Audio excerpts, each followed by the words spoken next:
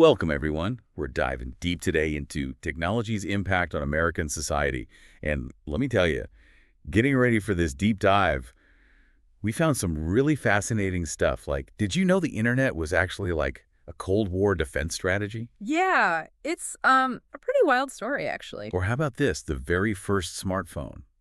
It had like an hour of battery life. Can you imagine? Wow, that's hard to fathom these days, isn't it? Totally.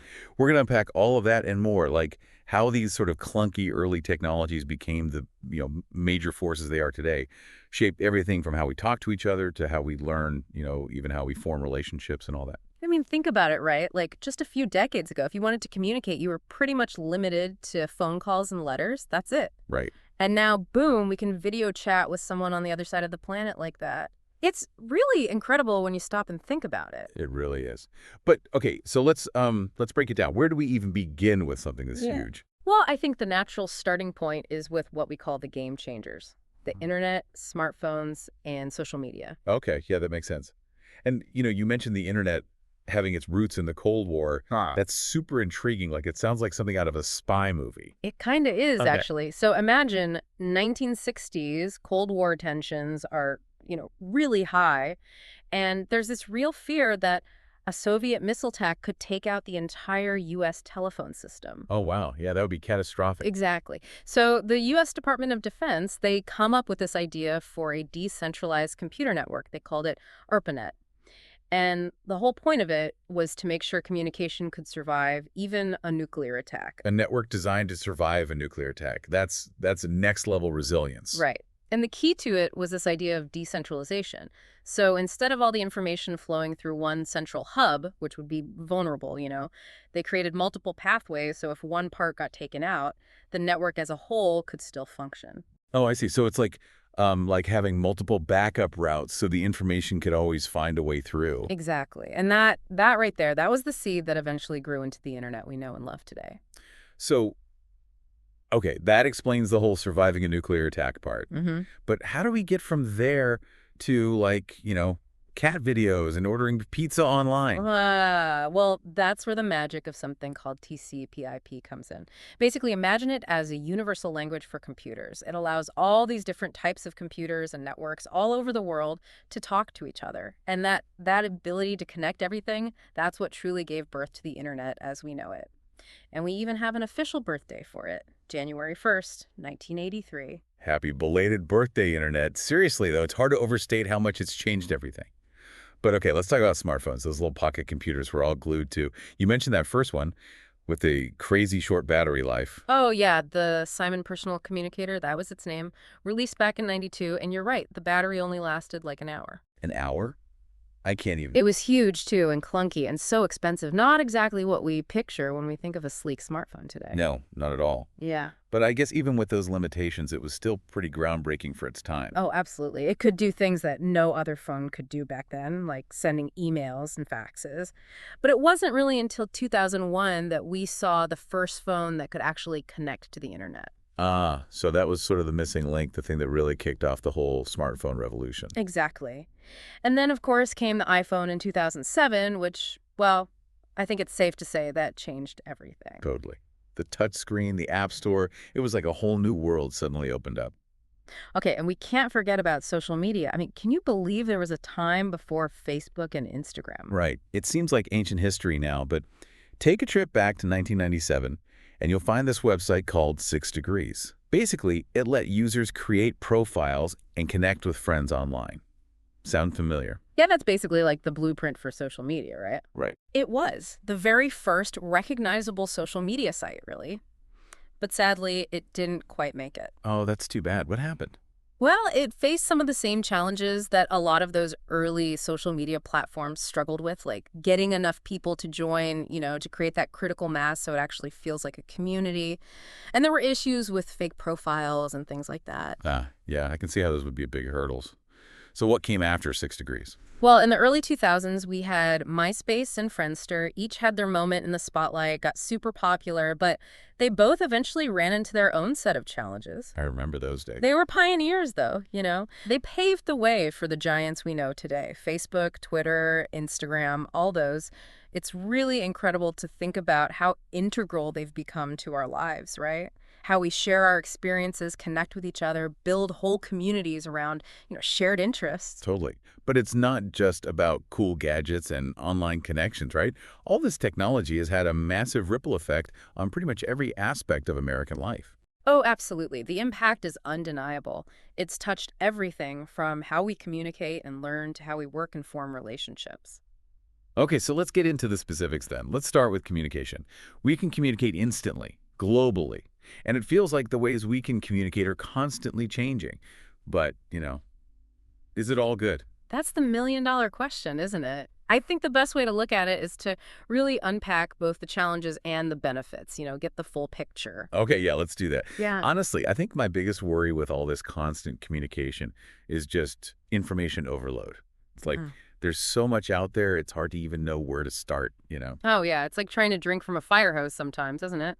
One minute you're checking out a friend's vacation photos, the next you're like 3 hours deep into some crazy conspiracy theory. Exactly. And it makes you wonder, how do you even filter it all? How do you know what to trust anymore? That's the real challenge, right? Developing those critical thinking skills is so crucial in this day and age, especially online. You got to be able to sift through the noise and figure out what's real and what's not. And what about like the impact on our social skills? I was at this dinner party the other day, and it was like everyone was glued to their phones, barely talking to each other. Yeah. It kind of makes you wonder, are we losing the ability to like actually connect on a human level because of technology? I think it's a valid concern for sure. When we're constantly interacting through screens, we miss out on all those little nonverbal cues that we rely on in face-to-face interactions, like body language, tone of voice, all those things that help us read each other. Right, right. It's like we're forgetting how to actually communicate with each other, like in the real world. And we can't forget about the negativity that can be found online. It's Mhm. easy to forget sometimes that there are real people behind those screens. Oh, yeah, the cyberbullying, the hate speech, all that. And even just the constant stream of bad news, it can really get to you? Like it starts to affect your mood. Absolutely. And the anonymity of the internet, it emboldens people, right? They say things online that they would never dream of saying to someone's face. It's true. It can be a pretty toxic environment sometimes. But I think it's important to remember that at the end of the day, technology itself isn't the problem. It's a tool. It's how we use it, right? Well, that's a good point. Whether it's used for good or bad, that really depends on us. That's true. And I mean, speaking of using technology for good, think about the incredible benefits it has for communication. Like, I can video chat with my family across the country whenever I want. They live all over. And I don't know how I'd stay in touch with them without it. That's one of the most amazing things about technology, right? Being Mhm. able to maintain those close connections, even when you're physically far apart. And there's research that actually shows using the internet can increase the amount of time people spend communicating with loved ones. So it's not all bad news. That's really good to hear. So, okay, it sounds like it's not necessarily about demonizing technology. It's about finding that balance, right? Absolutely. Using it to enhance our connections, not replace them. And let's not forget about the amazing power of online communities. The internet has this incredible ability to bring people together around, shared interests, hobbies, whatever it might be. It's like we've created this global village where people can connect and support each other regardless of where they live? Yeah, it's pretty awesome when you think about it. Okay, well, shifting gears a bit, let's talk about education. Technology has obviously completely revolutionized how we teach and learn, but again, it's not all sunshine and roses, right? Right. I mean, the access to information is incredible now. Students literally have a world of knowledge at their fingertips. But that can also be a downside because the constant distractions from smartphones and social media in the classroom, that's a huge issue. Oh, tell me about it. It's like trying to study with a party going on in your head. And what about the whole digital divide thing? Not all students have equal access to technology and the internet. Yeah. And that creates such a huge disadvantage for those who don't have reliable internet access or can't afford the latest devices. Absolutely. That inequity is a major concern, and it's something we really need to be talking about and working to fix if we want to make sure all students have the same opportunities to learn and succeed in this digital age. It's so important. But, okay, stepping back for a second, we can't deny the amazing potential technology has for education, too. Like all those incredible things we see now, virtual field trips, online simulations, personalized learning experiences. It's really amazing. Yeah, the possibilities are really exciting. And I think that's what it comes down to, right? Using technology to create a richer, more engaging, and equitable learning experience for all students. Couldn't agree more. Okay, so let's turn our attention to the world of entertainment. Technology has, it's completely changed how we watch movies, listen to music, consume all kinds of entertainment. But it's not without its downsides. Oh, yeah. What are some of the challenges you see technology posing to the entertainment industry? Well, the first thing that comes to mind is online piracy. It's a huge problem that really hurts both the industry as a whole and the artists, the people who actually create the content we love. Illegal downloads, streaming sites. It's so easy now to access content without paying for it, and that really undermines the whole financial model of creating new work. Yeah, that makes sense.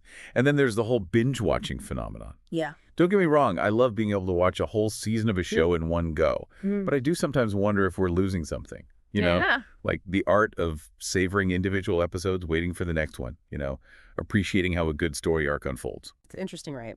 Streaming services, while super convenient, have definitely changed our viewing habits.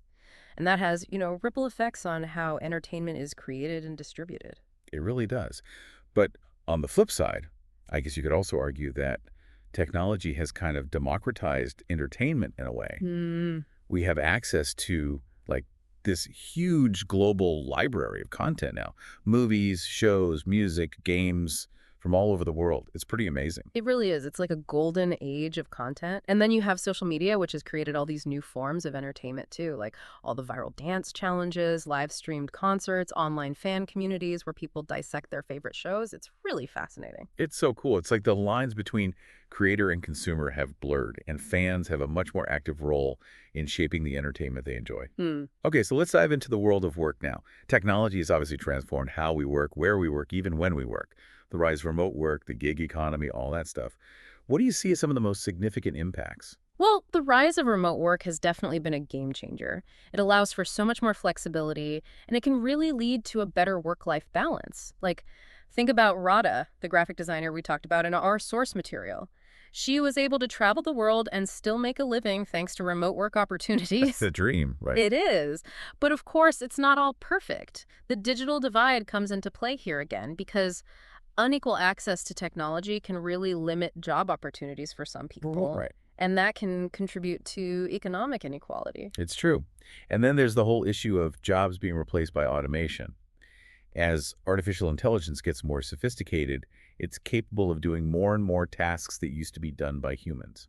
It's a scary thought. It is. It's definitely something we need to be thinking about. How do we prepare the workforce for this, changing landscape? What skills will be needed in the future? Those are big questions. They really are. And the fact that technology is kind of always on, that can make it hard to disconnect from work, even during your personal time. It's like the lines between work life and personal life have just totally blurred. Yeah, that's a real challenge. Finding that balance is so important. But let's not forget about the positive side of things, too. Technology has really opened up possibilities for global collaboration. Working with colleagues and clients across time zones and continents, it's incredible how seamless it can be. It really is. And the internet has created so many new job sectors, too, like online marketing, social media management, e-commerce. It's constantly evolving. It is, and there's so many opportunities out there for people who are willing to adapt and learn new skills. It's a really exciting time to be a part of the digital economy. It really is. Okay, so let's move on to something that I think sparks a lot of debate. Technology's impact on our social relationships. Social media gets a lot of flack for being, isolating, creating these unrealistic expectations. But it also helps us stay connected with people we care about, no matter how far apart we are. So it's complicated. It really is. It's that double-edged sword again. Technology makes it easier than ever to stay in touch, share updates, all that. But there's also a real risk of becoming over-reliant on technology, and that can lead to feelings of loneliness and isolation. I know, I've been there, mindlessly scrolling through social media, comparing my life to everyone else's highlight reel. And it can make you feel pretty bad about yourself. Yeah, it's easy to fall into that trap. And it's important to remember that what we see on social media, it's often a very curated, distorted view of reality. So true. And some experts worry that this constant use of technology might be affecting our ability to have deep, meaningful conversations, Yeah. and to build strong, healthy relationships offline. It's all about finding that balance again, isn't it? Using technology to enhance our relationships, not replace them. Exactly. And let's not forget that online communities can be amazing sources of support for people too, especially for people who might feel isolated or marginalized in their offline lives. Like support groups for people with chronic illnesses, online communities for LGBTQ plus youth, things like Yeah, that. yeah, that's a good point. Those online spaces can provide a sense of belonging and connection that people might not find elsewhere. It's pretty amazing. It really is. Okay, let's shift gears again and talk about politics. It's hard to imagine a political landscape these days without social media. Right. It's become such a huge part of how we discuss and engage with politics. It gives politicians this direct line to voters, to share their messages, raise money for their campaigns, all that. And it's given citizens a platform to voice their opinions, hold elected officials accountable. It's pretty powerful. Right. It is. And online platforms can increase transparency in government, too. It's easier now to access information, track spending, all that. But of course, there's another side to the coin. Oh, yeah. You have to. The spread of misinformation and propaganda online, that's a huge concern. It's so hard to know what to trust, especially when algorithms are constantly feeding us information that reinforces our existing beliefs, It creates these filter bubbles. And it can be so hard to break out of those. And then there's the potential for manipulation, right? If, Yeah. like with targeted advertising and bots spreading fake news, that can really sway public opinion and even influence elections. Exactly. It's a really complex landscape, and it's more important than ever to be media literate. Develop those critical thinking skills so you can be discerning about the information you're consuming. So true. Okay, moving on to healthcare. Technology has made some incredible advancements in this area, especially with things like telemedicine. Oh, yeah. Telemedicine has been a game changer, especially for people who live in rural areas or have limited mobility. It makes healthcare so much more accessible. It's amazing. And all the health apps we have now, they're really empowering people to take control of their own health. Yeah. Like I use an app to track my sleep and activity levels. Yeah. It's crazy how much information you can access right from your phone. It's incredible. And technology has improved communication between patients and doctors, too, Yeah. which can lead to better informed decisions and, hopefully better health outcomes. But as with everything else, there are potential downsides. Like what? Well, for one thing, there's a lot of inaccurate and misleading health information floating around online. Oh, yeah. And that can be really dangerous for people who are trying to make important decisions about their health. It's so important to consult with qualified healthcare professionals and be wary of information from unreliable sources. You're so right. And then there are the privacy concerns. All our medical records, all that sensitive health data, it's vulnerable to breaches. Absolutely. Data security is so important. It's scary to think that your personal health information could fall into the wrong hands. It is. And we have to talk about the digital divide here again, too, because not everyone has equal access to technology, and that can lead to disparities in healthcare access. It's a problem that just keeps coming up, doesn't it? Yeah. We need to find a way to ensure everyone has equal opportunities to live a healthy life, regardless of their access to technology. Couldn't agree more. Okay, and last but not least, let's talk about technology's impact on the economy. I mean, the rise of e-commerce has been huge. Oh, it's totally transformed retail. It's given consumers so much more choice and convenience. Online sales have just skyrocketed, and a lot of traditional brick-and-mortar stores have really struggled to keep up. Yeah, it's been a tough transition for a lot of businesses. And then there's the whole online advertising industry, which has just exploded, right?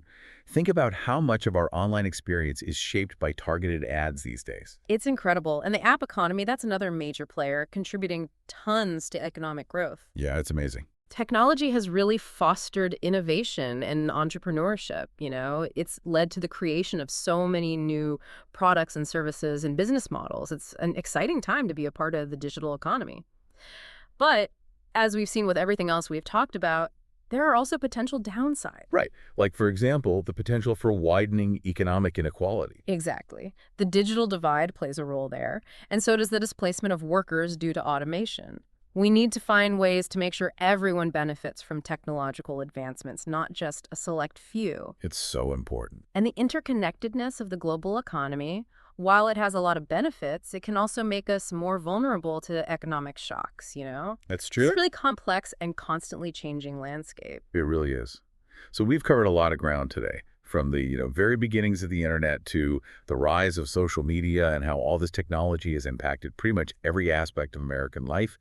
And it's clear that technology is a powerful force with the potential for both good and bad. It's like a double-edged sword, you know?